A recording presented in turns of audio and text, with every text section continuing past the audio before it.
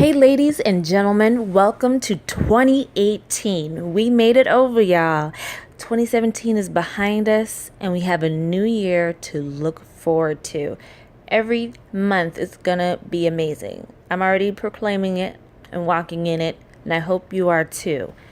And forgive me for being a little trifling and not posting new content up every Friday like I've been doing over the past couple of months.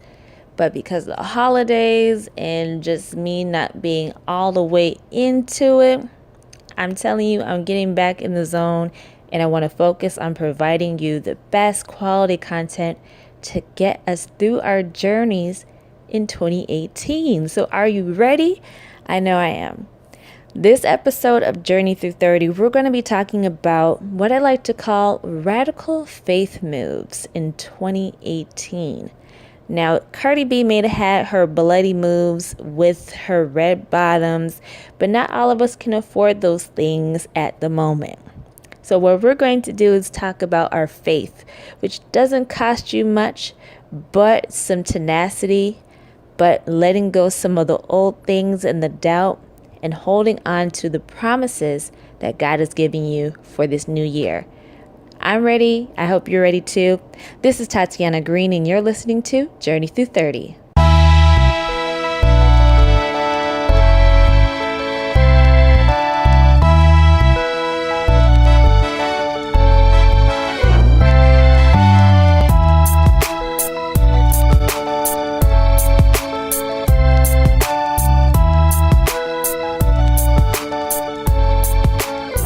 There's safe goals, and then there's radical goals. Radical goals and faith goals are those goals that you have in mind that is only really between you and God. Is just that grand and that big.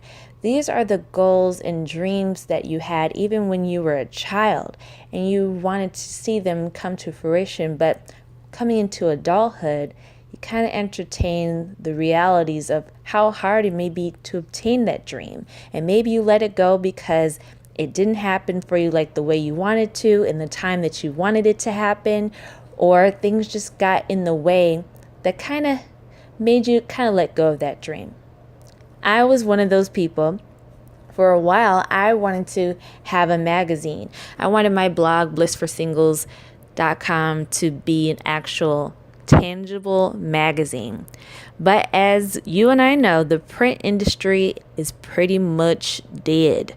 So for what I want to do with magazines, I kind of had to shift that dream and move it to something else. But that didn't deter me from creating the content that could go in a magazine for other platforms. There's so many options that my blog can go into to still fulfill the goals that I had in mind for it. So I'm not giving up on some of my own dreams, y'all. I still have an idea for a coffee table book and a digital version of like a quarterly digital version of the blog in magazine format. Also, I want to go into television. I want to go into podcasting and all these other great things. So I have dreams and things that I have yet to do that may not happen in 2018, but I definitely want to see them come into fruition. But having that foundation of practicing radical faith in 2018 can get you in the mindset of going further and higher in your faith so that you're ready to challenge yourself and ask God for bigger and better things. We see these aspirational and affirmational statements all the time. Dream bigger. Go after your goals. Go after things that scare you. If your dreams are too small or they don't scare you, you're not dreaming big enough. Stuff like that. So perhaps you and I are playing it safe. Maybe our faith is a little too small and a little too safe and comfortable. It's that faith that gets us by. That faith that's like, oh, let me get paid at the end of the week when you know it's pay week. That kind of faith. But we're talking about the radical faith in this episode. You know, the faith that says, I want my year to make more money than ever before for God's glory. I want to be able to tithe X amount of dollars by the end of the year. I want to be able to accomplish this amount financially or do this thing in another area. Do you guys want to know what I have on my radical faith moves list? Okay, I'll share with you a couple things. I created this list actually in August of 2017. I went to so many conferences last year and I was so inspired and pressed, honey, to write some of this stuff down because I was just on fire and so pumped. And when you go to conferences, you can get really excited about things and then you can lose momentum. Now, I'm telling you, don't want to lose momentum when it comes to writing your goals down. You should do it on paper. You should create a vision board. You should put it on your phone.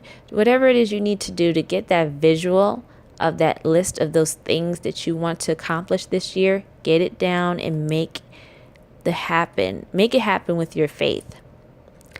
Now, one of the things that I have on here is to enter the road to property ownership.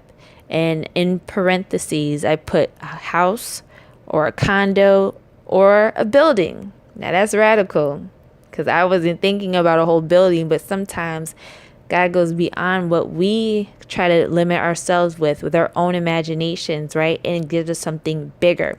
So I don't want to limit God to what he could do for me and what he's able to do for me by just giving me a house or a condo. Give me a building so I can give homes to other people and use that revenue to pay for my own home, whichever one I pick.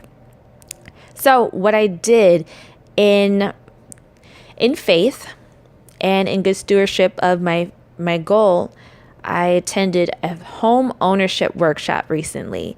And they broke it down for me like I was a third grader, and I loved it because I know nothing about real estate, right? I know nothing about how mortgages work and what kind of fees are associated with it and what kind of credit I need to have and what kind of benefits there are for people who are working on their credit or who have a certain amount of income, who can still get homes in this market, in this time of year.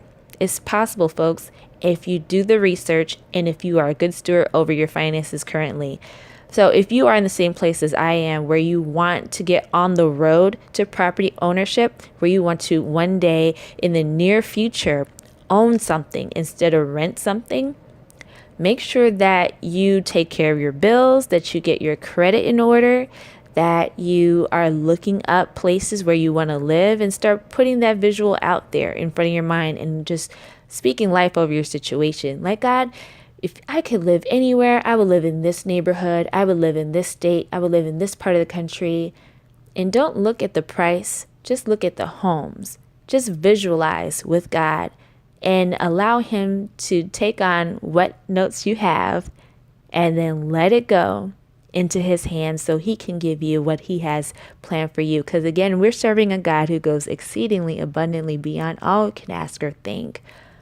So if you are doing a little bitty home and he has a mansion for you and he's able to give it to you, trust and believe that he will provide in that area. So I'm excited for this road to property ownership and getting on the road and in all the ways that lead up to it, including saving money, including being more cognizant of what these fees are and just being aware of like what property is out there. Do I want to fix her up or do I want to stay in Chicago? Do I want to move to another place?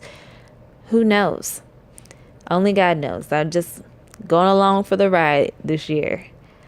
Another thing that I wanted to do was to take it up a notch and ask God in this radical faith move for 2018 to allow me to travel to a new continent solo or with someone else or with other people, because I had never been across the pond, y'all. I never been to Europe. I never been to Africa. I never been to South America or any of the other continents. I've only been in North America, Mexico, maybe a little bit of Central America, and definitely plenty of the Caribbean. And that's mostly through cruises. So I really want to have the opportunity to expand my wings and go somewhere else.